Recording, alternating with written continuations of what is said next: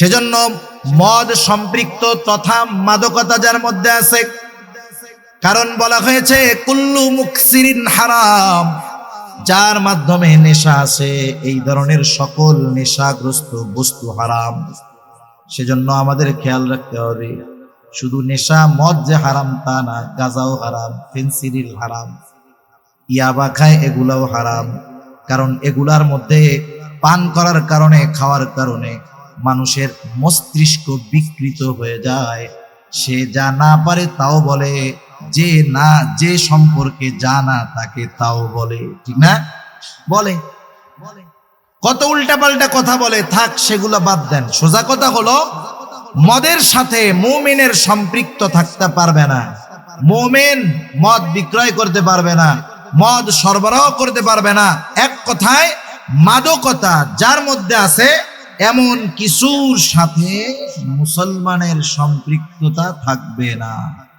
আল্লাহ আমাদের সকল প্রকার মাদকীয় বিষয় থেকে হেফাজত করুক। এখন বলেন, যেই পরিবারে একজন মাদকাসক্ত আছে সে পরিবারের অবস্থাটা কি?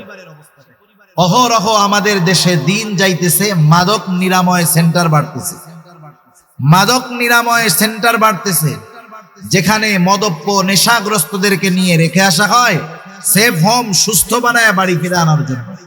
তার মানে কি, দিন যাচ্ছে আমাদের দেশে মদ সেবনকারী মাদকাসক্ত এটা আরো বাড়তেছে।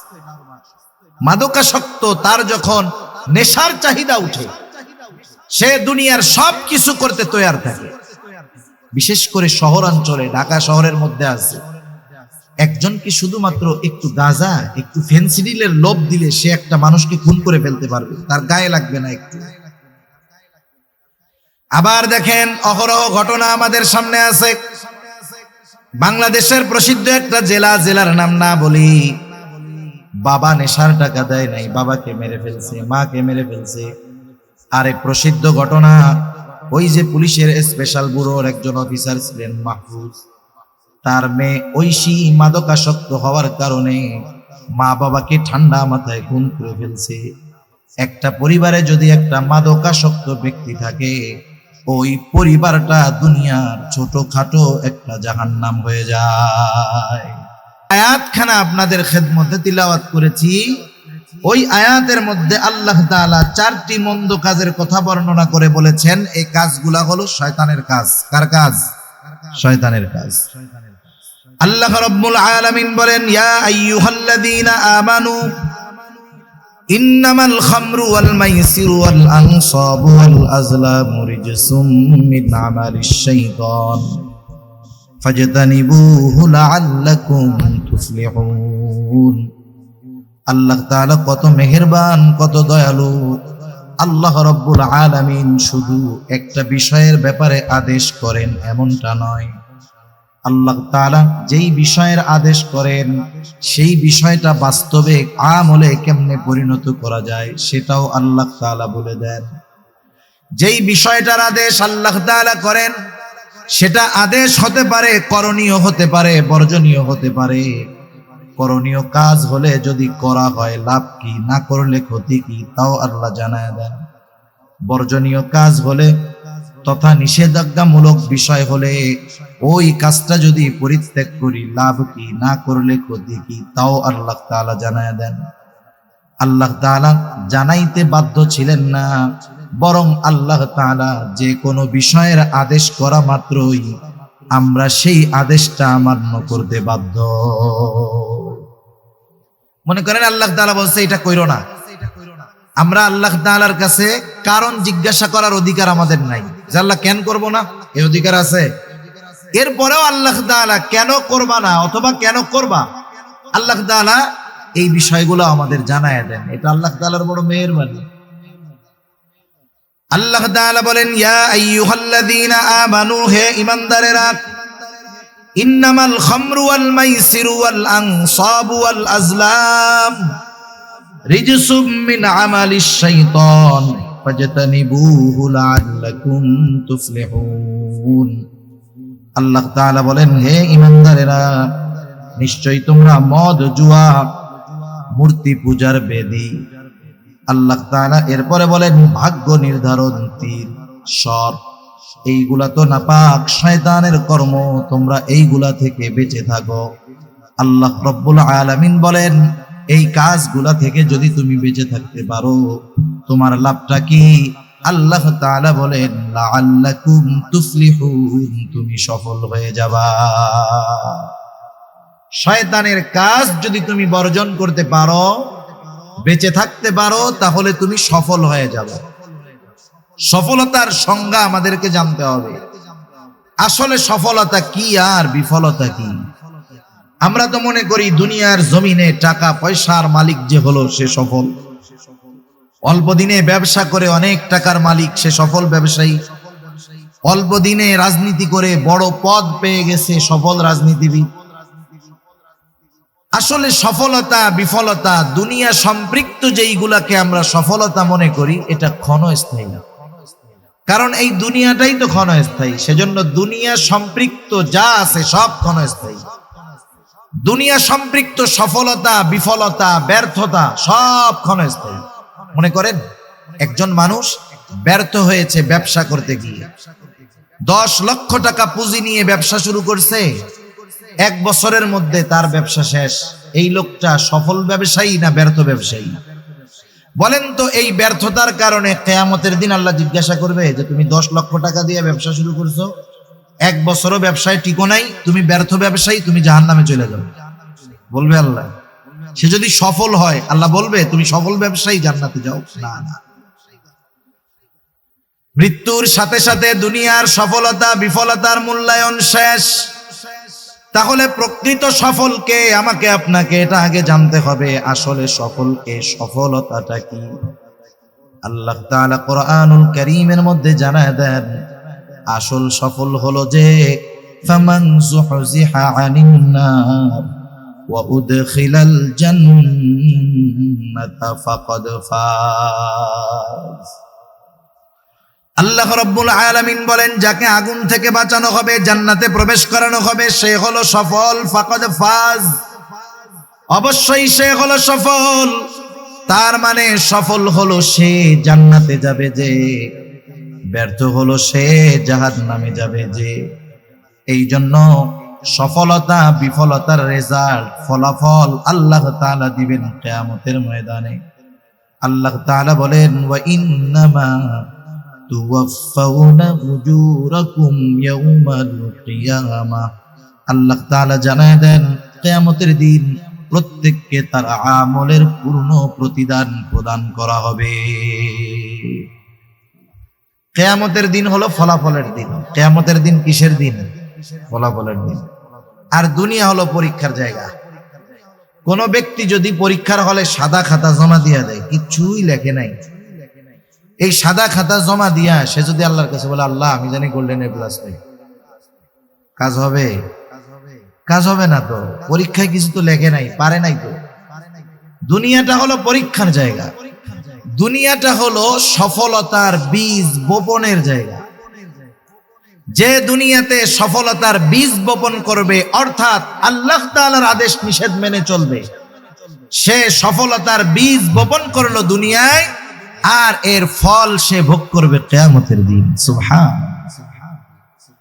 এজন্য আল্লাহ রাব্বুল আলামিন জানায় দিলেন, বান্দা তুমি যদি সফল হতে চাও শয়তানের কাজগুলা বাদ দিয়ে দাও। এই আয়াতের মধ্যে আল্লাহ রাব্বুল আলামিন শয়তানের 4টি কাজের কথা বর্ণনা করেছেন। কয়টি কাজ? 1 নাম্বার, আল্লাহ রাব্বুল আলামিন বলেন, ইয়া আইয়ুহাল্লাযীনা আমানু ইন্নামাল খামরু ওয়াল মাইসির ওয়াল আনসাবু ওয়াল আজলাম। 1 নাম্বার, আল্লাহ তাআলা বলেন, হে ঈমানদারেরা, আল্লাহ তাআলা বলেন, হে ঈমানদারেরা, তোমরা মদ থেকে বিরত থাকো তথা মদ থেকে বেঁচে থাকো। এখানে যে উদ্দেশ্য শুধু মদ খাওয়া থেকে বাঁচো এমনটা নয়, বরং হাদিসের মধ্যে আসছে মদ সম্পৃক্ত, মদের সাথে যেই মানুষটা যে কোনো ভাবে সম্পৃক্ত হোক না কেন, প্রত্যেকের উপরেই আল্লাহ তাআলার লানত। মদ যে খায় তার উপরে আল্লাহর লানত, মদ যে বিক্রয় করে তার উপরে আল্লাহর লানত, মদ যে প্রস্তুত করে তার উপরে আল্লাহ তাআলার লানত, মদ যে রিফাইন করে তার উপরে আল্লাহ তাআলার লানত, মদ যে বহন করে তার উপরে আল্লাহ তাআলার লানত, মদ যে ডিস্ট্রিবিউশন করে, বিতরণ করে, তার উপরে আল্লাহ তাআলার লানত। এক কথায় মদের সাথে সম্পৃক্ত যে যেভাবেই থাকুক না কেন, তার উপরে আল্লাহ তাআলার লানত। ইসলামের সিস্টেম অনেক সুন্দর। আল্লাহ তাআলার সিস্টেম কত সুন্দর! যখন আল্লাহ তাআলা কোনো বিষয়ের আদেশ করেন অথবা নিষেধ করেন, ওই আদেশ অথবা নিষেধ যেন বান্দা সহজে বাস্তবায়ন করতে পারে, এজন্য ওই অপরাধ সংগঠিত হওয়ার যত পথ, যত মত, যত পদ্ধতি থাকে, সবগুলাকেও আল্লাহ তাআলা বন্ধ করে দেন। আল্লাহ তাআলা শুধু বলেন নাই জেনা করতে, আল্লাহ শুধু নিষেধ করেন নাই, জেনা সংগঠিত হওয়ার রাস্তাগুলোও আল্লাহ বন্ধ করে দিয়েছেন। আল্লাহ তাআলা জেনা সংগঠিত হওয়ার রাস্তাগুলোও বন্ধ করে দিয়েছেন। বেগানা নারী পুরুষ একে অপরকে দেখতে পারবে না। সুন্দর মিষ্টি ভাষায় বেগানা নারী পুরুষ পরস্পরের সাথে কথা বলতে পারবে না। কেন? এই কারণগুলা থেকে একটা সময় ধর্ষণের মতো, জেনা ব্যভিচারের মতো অপরাধ সংগঠিত হয়ে যায়, ঠিক কিনা বলেন? এজন্য এই অপরাধ সংগঠিত হতে পারে এমন যেই পথগুলাও আছে, ইসলাম ওই পথগুলাকেও আটকায় দিয়েছে। সুবহানাল্লাহ। এটা আল্লাহ তাআলার বড় রহমত যে গুনাহ করতে মানা করছে, বাকি সব খোলা রাখছে, এমন নয়। সব কিছু বন্ধ করে দিয়ে এরপরে আল্লাহ তাআলা বলছে এগুলা করা যাবে না। বান্দা যখন ওই ছোটগুলা মানবে, বড়টার থেকে এমনিই বেঁচে থাকবে। সেজন্য মদের সাথে সম্পৃক্ত যারা, আল্লাহ তাআলার লানত প্রাপ্ত তারা। এজন্য মদের থেকে আমাদেরকে বাঁচতে হবে। আফসোসের বিষয়, আজকে মদ্যপান আমাদের দেশে 92% মুসলমানের দেশে এটা সহজলভ্য হয়ে গেছে। আজকে তো অনেক জায়গায় মদের নাম পরিবর্তন করে মানুষকে পান করানো হয়, মদের নামকে পরিবর্তন করে মানুষকে খাওয়ানো হয়। শুধু তাই না, অনেক জায়গায় মদের বোতলের মধ্যে আরবিতে হালাল শব্দ লিখে দেয়। অ্যালকোহলের বোতলের মধ্যে, মদের বোতলের মধ্যে আরবি লেখা থাকে, আবার লেখা থাকে হালাল। কয়েকদিন আগে এক জায়গায় দেখতেছি একটা ছবির মধ্যে দেখলাম লেখা যে হালাল শুকরের গোশত। নাউজুবিল্লাহ, আল্লাহ হেফাজত করুক। চিন্তা করে দেখেন, শুকর সে যে প্রজাতির হোক না কেন, শুকর যে প্রজাতির হোক না কেন, শুকরের গোশত নিঃসন্দেহে কি বলেন তো হারাম। সেজন্য মদের নাম পরিবর্তন করে যা কিছু করা হোক না কেন, বানানো হোক না কেন, প্রত্যেক অবস্থায় শুকরের গোশত যেমন হারাম, মদটাও এরকম হারাম। অবাক হয়ে যাবেন, আমাদের দেশে এনার্জি ড্রিঙ্ক পাওয়া যায় না বাজারে। আমি কোনো কোম্পানির নাম বলতেছি না। এই এনার্জি ড্রিঙ্ক গুলার মধ্যে অ্যালকোহল দেওয়া থাকে। এই এনার্জি ড্রিঙ্ক যারা প্রতিনিয়ত পান করে, একটা সময় ওই পান করতে করতে এতটা অভ্যস্ত হয়, ওই এনার্জি ড্রিঙ্ক এক সময় তার পান না করলে ভালো লাগে না, একটা নেশার মতো হয়ে যায়। ওইটা ওকে পুরাপুরি নেশাগ্রস্ত করে ফেলে না, কিন্তু ওইটার প্রতি ওর আকাঙ্ক্ষা আস্তে আস্তে বাড়ায় দেয়।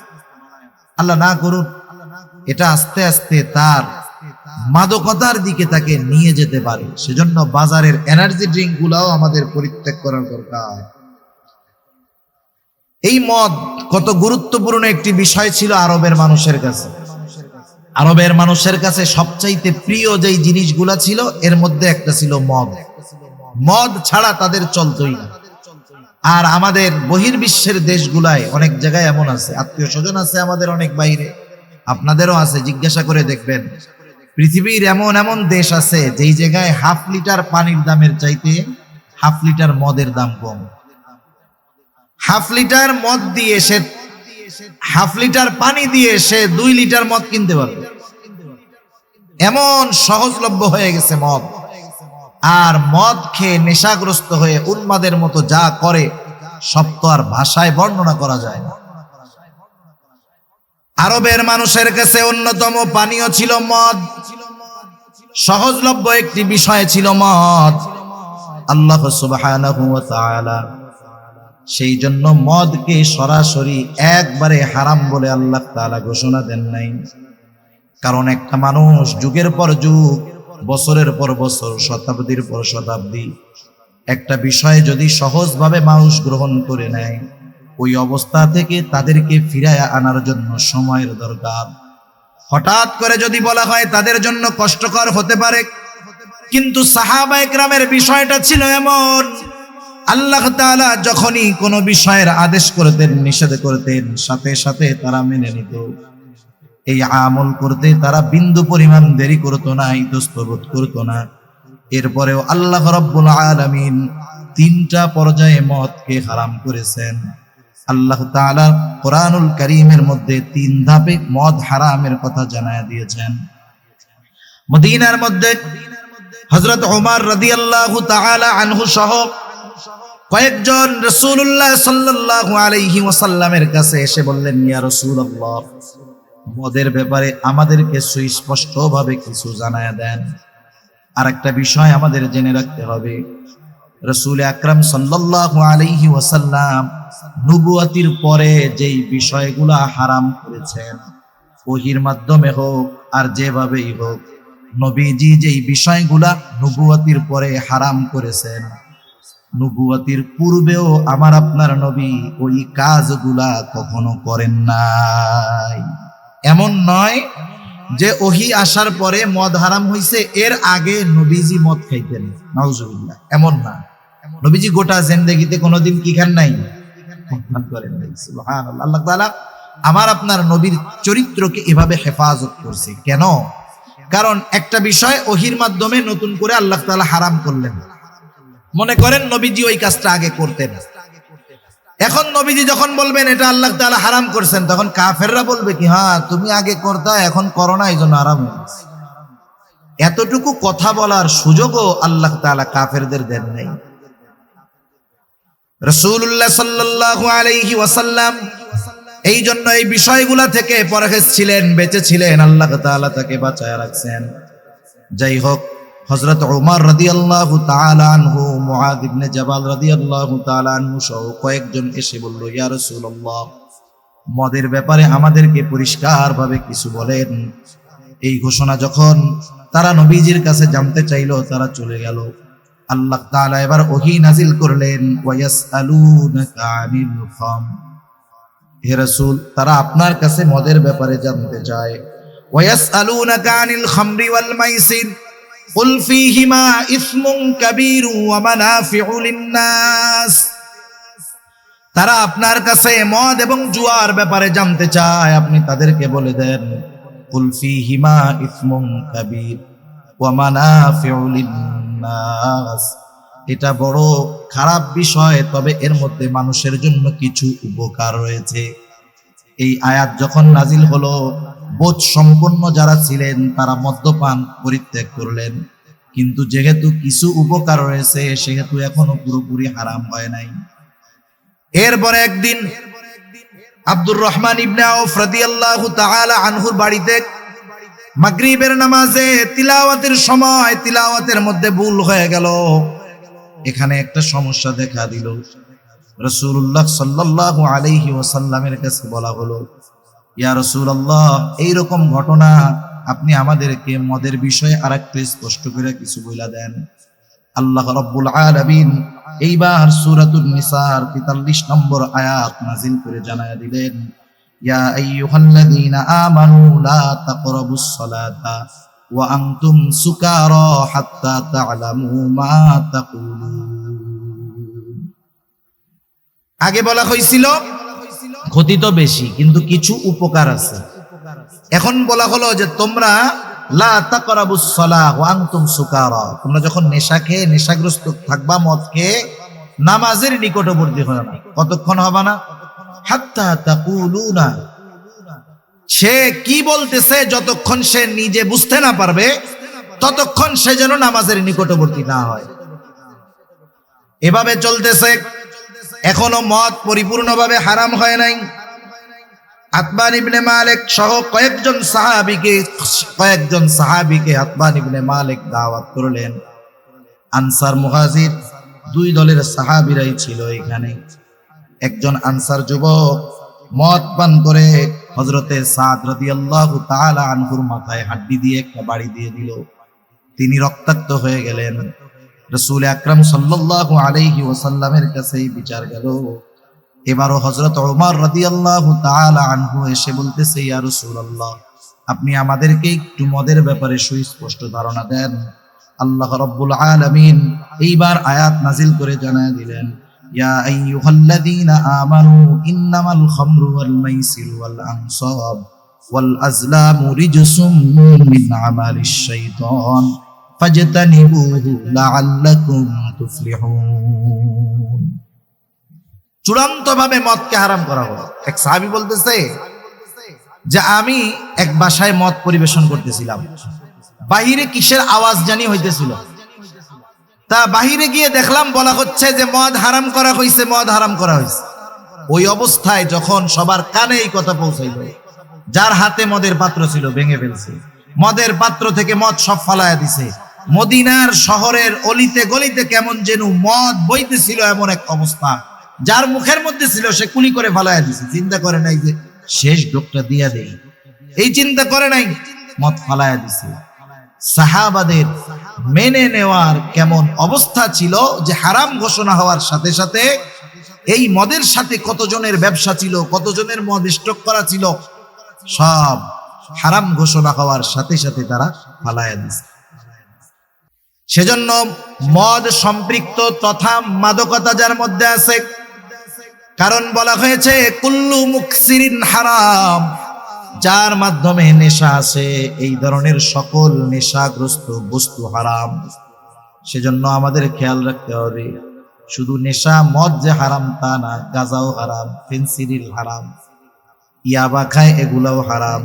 কারণ এগুলার মধ্যে পান করার কারণে, খাওয়ার কারণে মানুষের মস্তিষ্ক বিকৃত হয়ে যায়। সে যা না পারে তাও বলে, যে সম্পর্কে জানা তাকে তাও বলে, ঠিক না?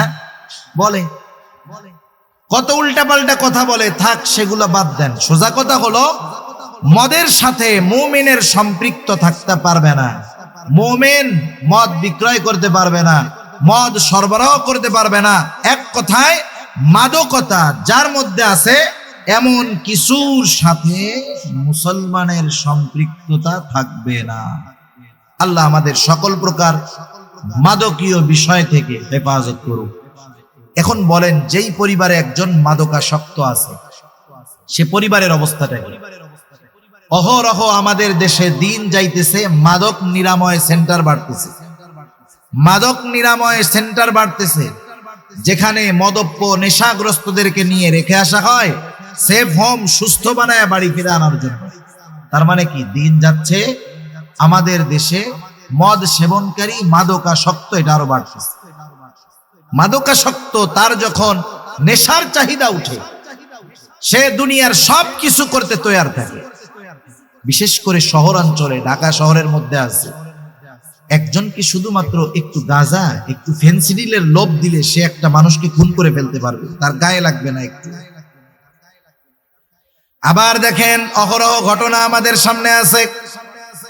বাংলাদেশের প্রসিদ্ধ একটা জেলার নাম না বলি, বাবা নেশার টাকা দেয় নাই, বাবাকে মেরে ফেলছে, মাকে মেরে ফেলছে। আর এক প্রসিদ্ধ ঘটনা, ওই যে পুলিশের স্পেশাল ব্যুরোর একজন অফিসার ছিলেন মাহফুজ, তার মেয়ে ঐশী মাদকাসক্ত হওয়ার কারণে মা বাবাকে ঠান্ডা মাথায় খুন করে ফেলছে। একটা পরিবারে যদি একটা মাদকাসক্ত ব্যক্তি থাকে, ওই পরিবারটা দুনিয়ার ছোটখাটো একটা জাহান্নাম হয়ে যায়। এজন্য পরিবারের কিছু দায়িত্ব আছে। তো পরিবারের দায়িত্ব কি? সন্তানদের ব্যাপারে খেয়াল রাখা, সন্তান কি করে না করে এগুলা যথাযথভাবে একটু নজরে রাখা, শুধু ছেড়ে দেওয়া না। কারণ অধীনস্থরা কই করতেছে, কি বলতেছে না করতেছে, কিয়ামতের দিন এ ব্যাপারে আল্লাহ তাআলা আমাদের থেকে জবাবদিহিতা নেবেন। এজন্য খেয়াল রাখবো। এখন আসেন, মাদকাসক্ত যারা সিগারেট খাওয়া লোক আছে না আপনাদের এদিকে, সিগারেট এটা হলো নেশাগ্রস্ত হওয়ার প্রাথমিক ভূমিকা। নেশাগ্রস্ত হওয়ার প্রাথমিক ভূমিকা হলো সিগারেট। সিগারেট হারাম না মাকরুহে তাহরিমি না জায়েজ, সে মাসালা বাদ দেন। এই যে সিগারেট খাওয়ার দ্বারা কোনো উপকার আছে একটু বলেন না, উপকার আছে? বরং সিগারেটওয়ালারা সিগারেটের প্যাকেটের গায়ে বাস্তব সত্য কথা লেখে। আপনি জুস খান, বাচ্চাদের জুস কিনে দেন না, এই জুসের প্যাকেটে লেখা থাকে 100% আম, কিন্তু এটা মিথ্যা কথা। মিষ্টি কুমড়া দিয়ে জুস বানায়, আম থাকেই না বলতে গেলে অল্প, কিন্তু লেখে কি 100% খাঁটি আমের জুস। এটা চরম মিথ্যা কথা। কিন্তু সিগারেটের গায়ে যা লেখা থাকে এটা সত্য কথা। সিগারেটের গায়ে কি লেখা থাকে? এক সময় লেখা থাকতো মনে হয় ধূমপান স্বাস্থ্যের জন্য ক্ষতিকর। সরকার দাম বাড়াইছে, ওরাও একটু এটার উপকার বাড়াইছে। ধূমপানে স্ট্রোক হয়, ধূমপান হৃদরোগের কারণ, হ্যাঁ, ধূমপানে ফুসফুসে ক্যান্সার হয়। এখন মনে হয় লেখায় ধূমপান মৃত্যু ঘটায়, এটা লেখা থাকে সিগারেটের গায়ে। ক্ষতি যত বেশি সিগারেটের গায়ে লেখছে, মানুষ তত বেশি দাম দিয়ে ওই জিনিসটা কিনতেছে। এখন লেখা ধূমপান মৃত্যু ঘটায়, এক একটা সিগারেট 15 টাকা 20 টাকা দিয়ে তারা কিনে খায়। এরপরের বড় ক্ষতি আর কি লিখবে? লেখার তো কিছু নাই, মরা পর্যন্ত তো চলে গেছে। এরপরে মনে হয় প্যাকেটে লিখবে যে ধূমপান জাহান্নামে নেয়, আর ওই 15 টাকারটা 50 টাকা করে এক একজনে খাবে। এক নাম্বার হলো, কোন মানুষের এই অধিকার নাই সে নিজের ক্ষতি নিজে করবে। কোন মানুষের এই অধিকার নাই যে সে নিজের ক্ষতি নিজে করবে, এটা সে করতে পারবে না। তাহলে তো আত্মহত্যা বৈধ থাকতো। যত কষ্ট হোক, যত মুসিবত আসুক, আত্মহত্যা করা যাবে না। কেউ যদি মনে করে দুনিয়ার সাময়িক কষ্ট থেকে বাঁচার জন্য সে আত্মহত্যা করলো, সে তো চিরন্তন ক্ষতির মধ্যে ডুবে গেল। এজন্য এমন কিছু করা যাবে না, এমন কিছু খাওয়া যাবে না যার দ্বারা নিজের ক্ষতি হয়। সিগারেট খাওয়ার মাধ্যমে কোনো উপকার নাই, বরং ক্ষতি হয়। এর নিকোটিনে শুধু নিজের ক্ষতি হয় তা নয়, একটু নিজের আপনজনের কথা চিন্তা করেন। যারা গবেষণা করে, চিকিৎসকেরা বলতেছে যারা সিগারেট খায় তারা তো ক্ষতির মধ্যে আছে। এইবার ওই সিগারেট খোরের আশেপাশে যারা থাকে, তার বাচ্চা, তার পরিবারও সে সিগারেট পান করার কারণে তারাও ক্ষতিগ্রস্ত হয়। নিজের আপনজনের ক্ষতির কথা চিন্তা করে হলেও এটা বাদ দিতে হবে। প্রথম নিজের ক্ষতি হয়, আপনজনের ক্ষতি হয় 2 নাম্বার। 3 নাম্বার, সম্পদের অপচয় হয়। আর যারা অপচয় করে তারা হলো শয়তানের ভাই।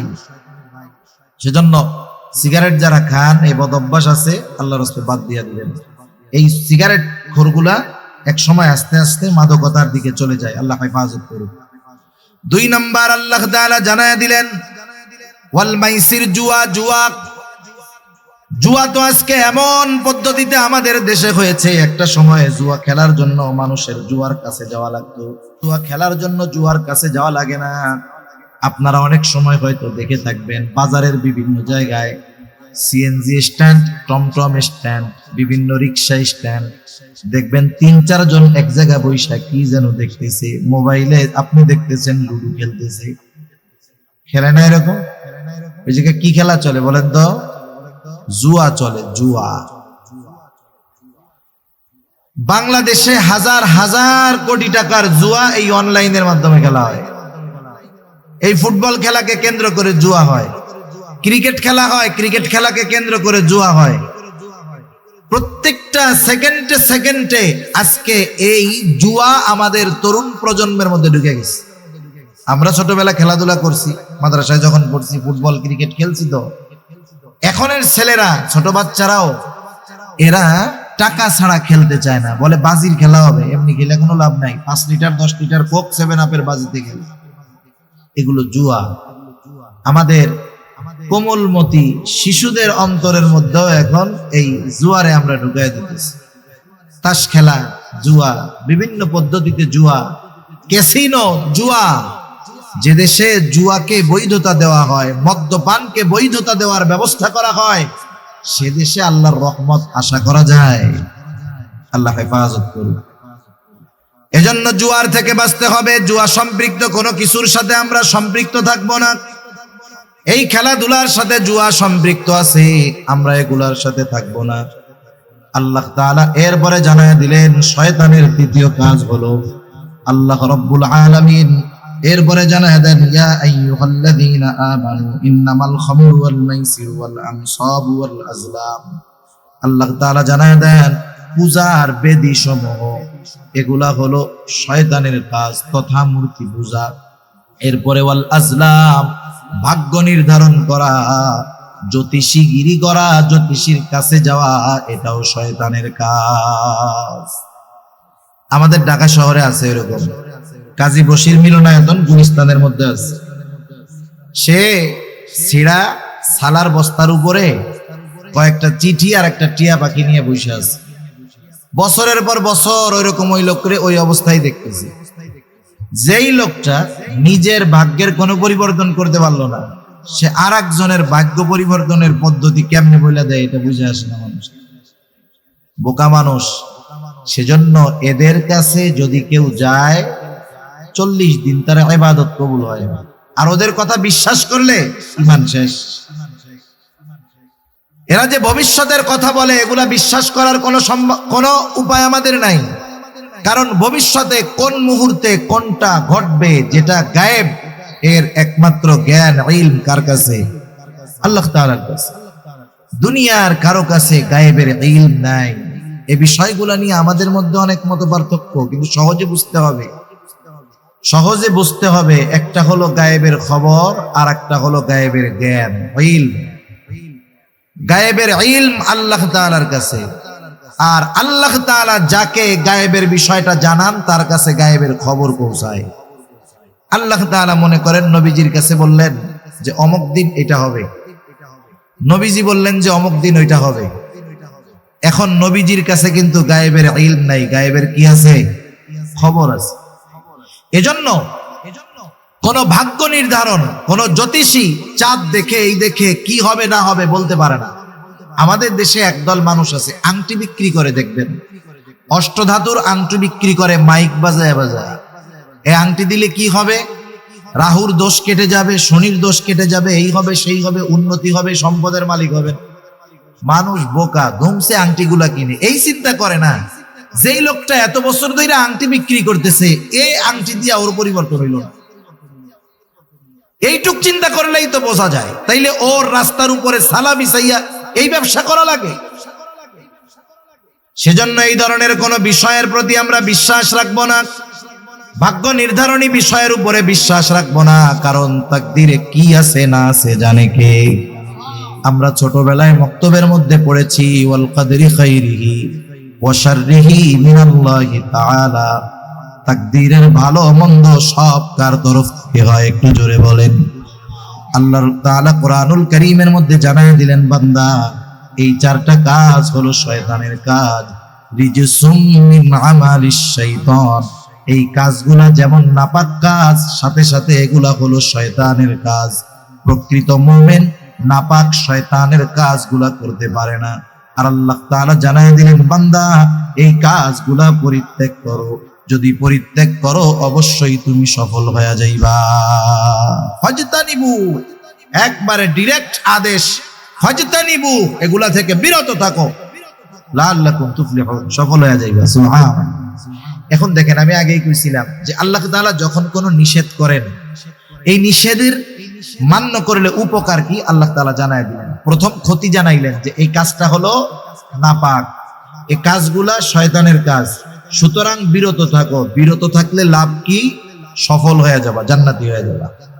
এরপরে আল্লাহ সুবহানাহু ওয়া তাআলা শয়তানের কাজ, যে শয়তান এই কাজগুলা দিয়ে আমাদের মধ্যে কি করতে চায় আল্লাহ তাআলা সেটাও বলে দেন।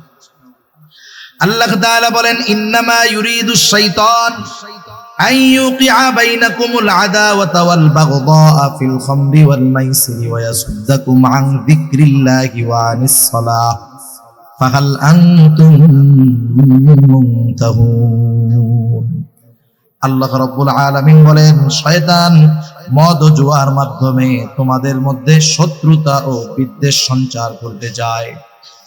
মদ ও জুয়ার মাধ্যমে শয়তান তোমাদের মধ্যে শত্রুতা ও বিদ্বেষের বীজ বপন করতে চায়। কারণ এদেশে হাজার হাজার ঘটনা আছে, জুয়া খেলাকে কেন্দ্র করে মারামারি খুনোখুনি এদেশে হয়েছে। আমি দেখেছি আমাদের অঞ্চলেও হয়েছে এই ধরনের কাজ। বিভিন্ন জায়গায় বৈশাখী মেলা হয়, বিভিন্ন বিষয়কে কেন্দ্র করে মেলা হয়। এই ধরনের মেলাগুলার মধ্যে সবচাইতে জমে হলো জুয়ার আসর। বেশ কয়েক জায়গায় এইগুলাকে কেন্দ্র করে খুনোখুনি মারামারি হয়ে গেছে। এই যে দেখুন, মানুষের সাথে মানুষের যে সম্পর্ক ছিল, আন্তরিকতা ছিল, ভালোবাসা ছিল, এই জুয়ার মাধ্যমে নষ্ট হলো। মানুষ মদ পান করে উল্টাপাল্টা কাজ করে বলে, এগুলার মাধ্যমে শয়তান চায় যেন মানুষের মধ্যে শত্রুতা সৃষ্টি হয়, একে অপরের প্রতি বিদ্বেষ অন্তরের মধ্যে আসে, মানুষের মধ্যে জানি বিশৃঙ্খলার সৃষ্টি হয়। কারণ সে যদি একটা মাদককে ঘরে ঘরে পৌঁছায় দিতে পারে, জুয়াকে ঘরে ঘরে পৌঁছায় দিতে পারে, তাহলে ওই মানুষের মনুষ্যত্বটা নষ্ট হয়ে যাবে। জুয়াখোর যে কেমন জিনিস এটা যারা চিনে জানে এরা বুঝবে। আপনারা হয়তো কিছুদিন আগে শুনছেন, আরবের এক প্রিন্স, রাজকীয় পরিবারের এক লোক, সে তার স্ত্রীকে বন্ধক রেখে জুয়া খেলছে, স্ত্রীকে বন্ধক দিয়ে জুয়া খেলছে। জুয়াখোরের অবস্থা এমন হয়, সেজন্য সাবধান, জুয়ার কাছেও আমরা যাব না। কারণ যাব না কেন? এক নম্বরে যাইতে নিষেধ করছে কে? এটা নাপাক কাজ, শয়তানের কাজ, না করলে সফল হব। যদি করি, শয়তান এই চক্রান্তের মাধ্যমে আমাদের পারস্পরিক মোহাব্বত ভালোবাসা দূর করে শত্রুতার বীজ বপন করতে চায়, ঠিক কিনা বলেন? এরপরে আল্লাহ রাব্বুল আলামিন জানায় দেন, আর আল্লাহ তাআলা কি চান, কোন কারণে এই বিষয়গুলা থেকে মানা করলেন। আল্লাহ রাব্বুল আলামিন বলেন, আল্লাহ তাআলা চান যে তোমরা আল্লাহ তাআলার পথে ফিরে আসো। শয়তান শুধু শত্রুতা আর বিদ্বেষের বীজ আমাদের অন্তরে বপন করে দেয় না, ওয়ায়াসুদ্দাকুম আন যিকরিল্লাহি ওয়া আনিস সালাহ, সে আল্লাহর স্মরণ এবং নামাজ থেকে বাধা প্রদান করে, ঠেকায় রাখে। এই কর্মগুলার মাধ্যমে, এই কাজগুলার মাধ্যমে সে আল্লাহর পথে বাধা সৃষ্টি করে। এই কাজগুলার মাধ্যমে সে আমাদেরকে দিন থেকে সরায় রাখতে চায়, আল্লাহকে ভুলায় রাখতে চায়, নামাজ থেকে ভুলায় রাখতে চায়। আর যারা আল্লাহর জিকির থেকে গাফেল, আল্লাহ বলেন তারা ক্ষতিগ্রস্ত। আল্লাহ রাব্বুল আলামিন কোরআনুল কারীমের মধ্যে বলেন, ইয়া আইয়ুহাল্লাযীনা আমানু লা তুলহিকুম আমওয়ালুকুম ওয়ালা আওলাদুকুম আন যিকরিল্লাহ ওয়া মান ইয়াফআল যালিকা ফাউলাইকা হুমুল খাসিরুন। আল্লাহ তাআলা জানায় দেন, তোমাদের মাল, সম্পদ, সন্তান এগুলা জানি আমি আল্লাহর স্মরণ থেকে তোমাদেরকে গাফেল না করে দেয়। এই জন্য দুনিয়ায় যে দুনিয়া কামাই করতে গিয়া সন্তান সম্পদের কারণে আল্লাহর জিকির থেকে গাফেল হয়ে যায়, নামাজ থেকে গাফেল হয়ে যায়, আল্লাহ তাআলা বলেন সে ক্ষতিগ্রস্ত। আর আল্লাহর ভাষায় যে ক্ষতিগ্রস্ত, তার ঠিকানা যে জাহান্নাম, এ ব্যাপারে কোনো সন্দেহ নাই। এই জুয়া, জুয়ারি, জুয়া সম্পৃক্ত বিষয়, মদ সম্পৃক্ত বিষয়, এগুলা দিয়ে শয়তান আমাদেরকে আল্লাহ তাআলাকে ভুলাইয়া দিতে চায়, আল্লাহর আদেশ নিষেধ ভুলাইয়া দিতে চায়, আল্লাহর নাফরমানি আমাদের দ্বারা করাতে চায়, নামাজ থেকে আমাদেরকে ফিরায় রাখতে চায়। এখন বলেন, যেই কর্মের মাধ্যমে এই আল্লাহর জিকির, আল্লাহর স্মরণকে ভুলে থাকতে হবে, যেই কর্মের মাধ্যমে নামাজ ছুটে যাবে, সেই কাজ করা যাবে?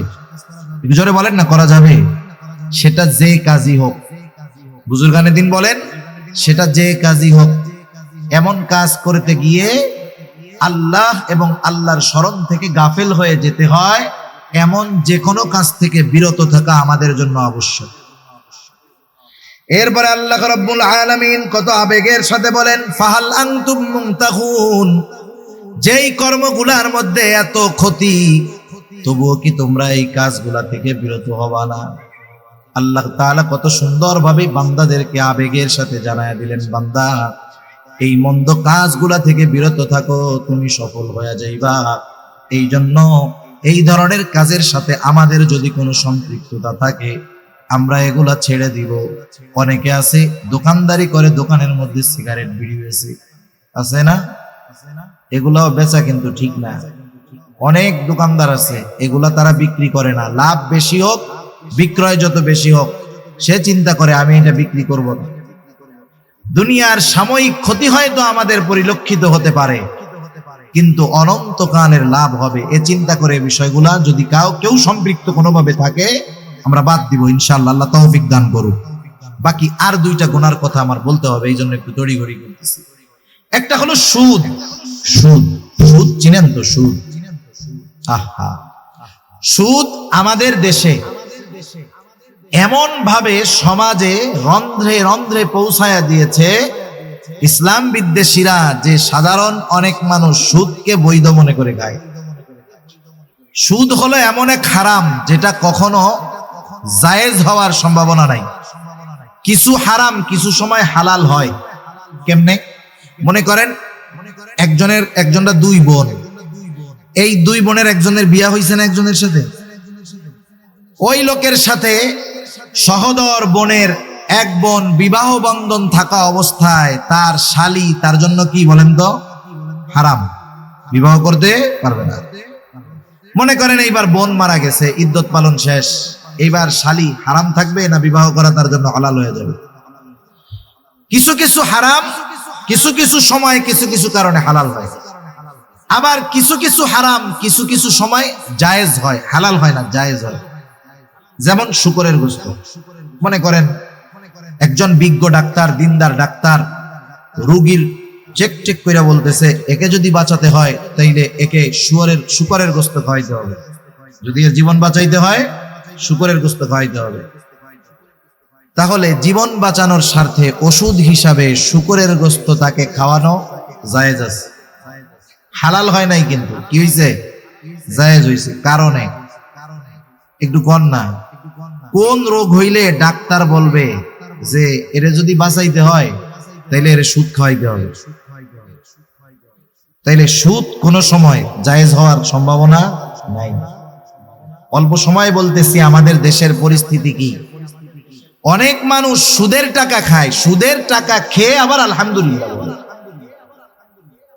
সরকারি চাকরি করত, 20,000 টাকা বেতন পায়, চাকরি শেষ, এখন মসজিদে অনেক সময় দেয়। 20,000 টাকা যখন বেতন পাইতো, পরিবার চলতে তার জন্য খুব কষ্টকর হয়ে যাইত। এখন চাকরি নাই, কিন্তু আগের মতো টেনশন পেরেশানি নাই, নামাজ কালাম পড়ে খুব উৎফুল্ল ভাব। জিজ্ঞাসা করা হলো, চাচা সংসার এখন কেমন ভাবে চলতেছে?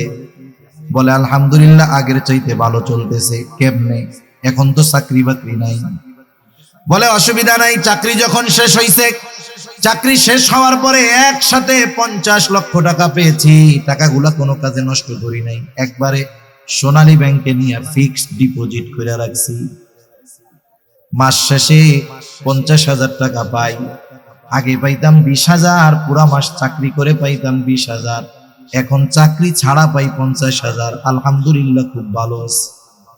টাকা কিসের? জোরে কন না, কিসের? সুদের টাকা। খাইয়া কি কইতেছে? আলহামদুলিল্লাহ।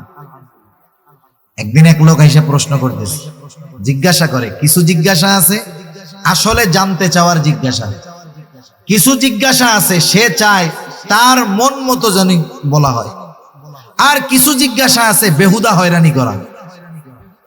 তা আয়সা বলতেছে যে হুজুর, এই যে ব্যাংকে আমরা টাকা রাখি, আমাদেরকে যে ইন্টারেস্ট দেয়, এটা হুজুর জায়েজ না? হুজুর জায়েজ না?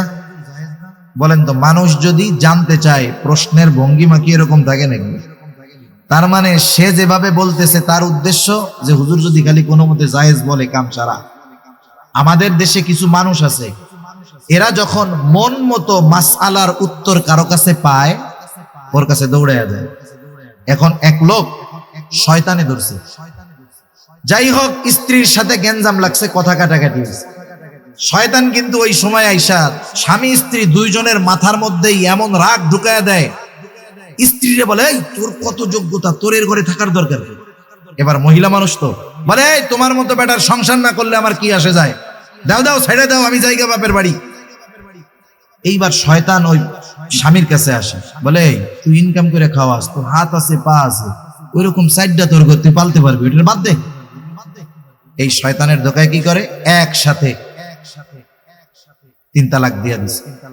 শয়তানের কাজ শেষ, শয়তান আর ওই জায়গায় থাকবে? ও চলে গেছে।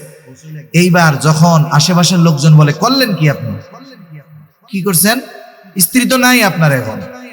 এইবার শয়তান দুইজনের মধ্যে এসে মহব্বত ঢেলা দেয়, একে অপরের প্রতি ভালোবাসা বাড়ায়া দেয়।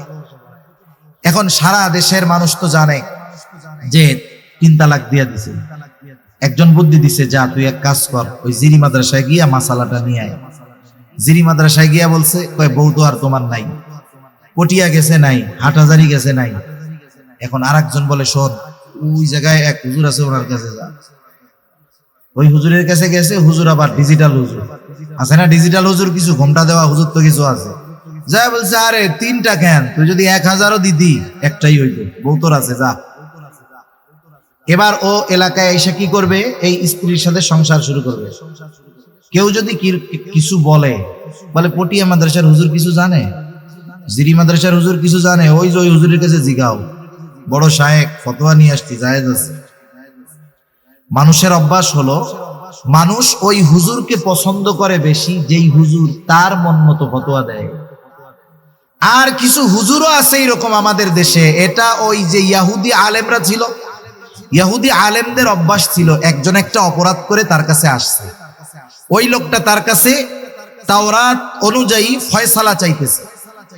এখন ইহুদি চিন্তা করলো যে ওর পক্ষে যদি কোনোভাবে আমি মাসালা ঘুরায় দিতে পারি তাহলে তো লাভ আমার। ওই ইহুদি আলেমরা ওর কাছ থেকে কিছু বিনিময় পেয়ে শরীয়তের বিধানকে, ওহির বিধানকে পরিবর্তন করে ওর পক্ষে রায় দিয়ে দিত। এই ধরনের কিছু ইহুদি মার্কা আলেমও আমাদের সমাজে আছে না নাই? মানুষের অভ্যাস এইটা, যেই হুজুর তার পক্ষে বলে, এটা খেয়াল করে দেখেন, তার মন যেটা কয় সেই অনুযায়ী যার কাছে মাসালা পায় তার কাছে গিয়ে মাসালা জিজ্ঞাসা করে। তা যাই হোক, আইসা জিজ্ঞাসা করার ভাবে বোঝা যায় যে উনি ওনার পক্ষে চায়। তা বলা হলো, না এটা তো হারাম, এটা কিভাবে বৈধ হয়? উনি এখন বলতেছে যে হুজুর, আপনারা সব কথা কন, কেউ কয় হালাল, কেউ বলে হারাম, যা হয় হোক, আমাকে তো আর দোষ নাই, সব দোষ ব্যাংকের, দেয় কেন তাই আমরা খাই। কথা হইলো কোনো? এখন দেখেন, এই লোকটা যে খাইতেছে, এই লোকটা যদি ওই সুদের টাকাকে হারাম মনে করতো, বলেন তো খাইতো নাকি? খাইতো না। এর কথার দ্বারা বোঝা যায় ও বৈধ মনে করে খায়। এজন্য কেউ যখন হারাম খায়, হারামের সাথে সম্পৃক্ত থাকে, তার বড় বড় 4টা ক্ষতি হয়ে যায়। কয়টা ক্ষতি হয়? খাবার হারাম হোক আর উপার্জন হারাম হোক, যে কোনো একটা হারাম হলেই হলো। যদি হয় 4 ক্ষতি। 1 নাম্বার ক্ষতি হয় তার দোয়া কবুল হয় না, 2 নাম্বার ক্ষতি তার ইবাদত কবুল হয় না, 3 নাম্বার ক্ষতি নবীজি বলেন সে জান্নাতে যেতে পারবে না। লা ইয়াদখুলুল জান্নাতা জাসাদুন গুদিয়া বিল হারাম, হারাম বক্ষণকারীর শরীর জান্নাতে যাবে না। 4 নাম্বার সবচাইতে বড় ক্ষতি, হারামকে যদি হালাল মনে করে তার ঈমান থাকবে না।